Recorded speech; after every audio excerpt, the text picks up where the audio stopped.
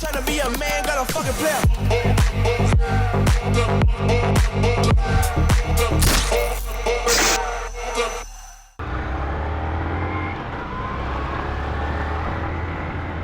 Res bizo channel field tu te chỉ bảy ule với nhiều bảo bút lang à cái lúc ngay tu này hiện đang ngay rồi chúng mình bảo chuan V3 versus V4 khá sẽ mấy cái đua nimin khan writing kan chua ka ta han a conversion kha kan shoot ve nge ma se a footage kha alo record tik lo a xôi vắt từ châu có để cho các anh trong tùy về tổ tế này ít trong tùy ba là có làm việc rồi chê ô các bạn khan hiện kan sẽ mấy nga a video em ba khan thì V3 le V4 kan khal ching khan game hang ka khal ve ta chuan ka sei du ma sa du V3 a han lut khol la V3 hi kan fiat theu tong in thì liquid cooled engine này á chuan 155 kha don atak ber top mai ni ang lo kha engine kha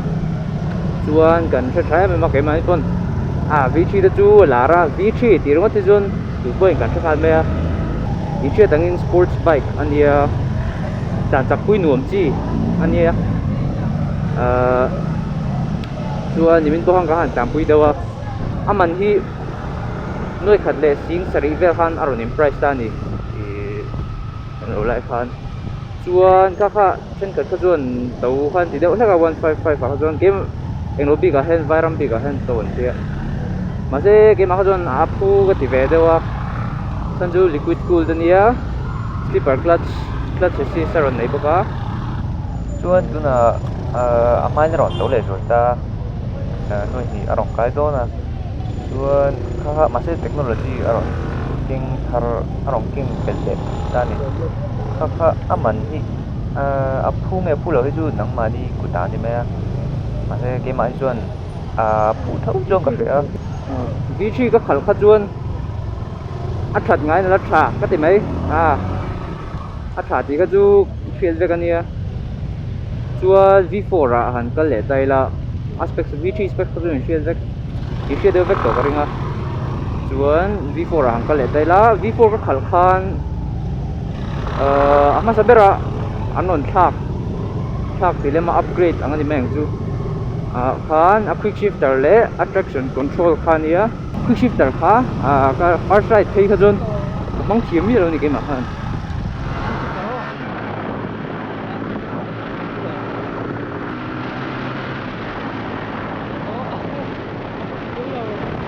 chua traction control bo khatia limina ka han tan speed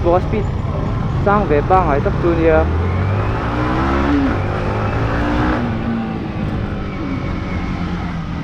limina ka han tan speed anga bo khan traction control angai na om kha ka hrimia lo mai ni ke ma chuan kong nal anga han tan te chu thu san ni se khatia kha jon traction control kha chu a thalu tuka traction control hi initiate vek chu karing tho ma se sheloi nom takin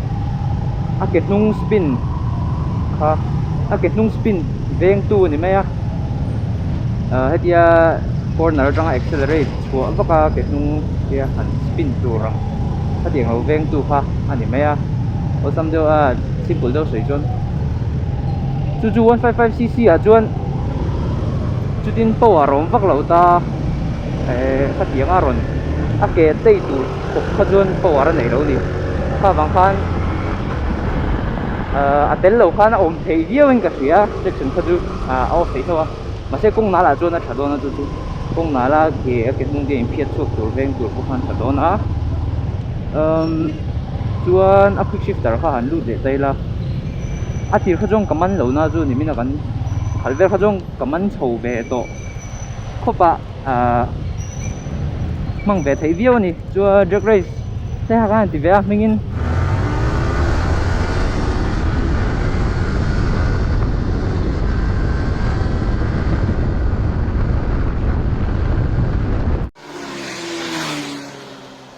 kha tiang kha chun advantage kha chu nei ve a nei ve reng chuan a component da hang ka le tai la V4 a hian upside down fork kha han chana han corner le ti vela han a mai hian ke ma khajon a khau zokin ka hria a khau tha ma se anuam zo kan high speed ro ro chuan a khau zo khamo du ke ma ngai dan ve me ni kha upside down fork nge component dang ko chelo ma se anuam zo tan me ni corner vel kha chuan ke mai na atha kati de ver chu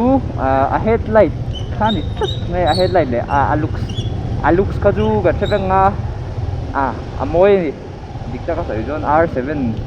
ne na in ang de thuk thuk R7 nan non na si ta khan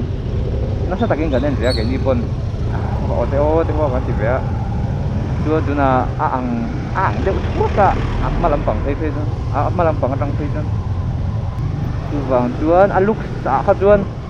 soi ngai lo khan i nang mani just aiminga amoi katia ke ma chuan moi takani ma kha chu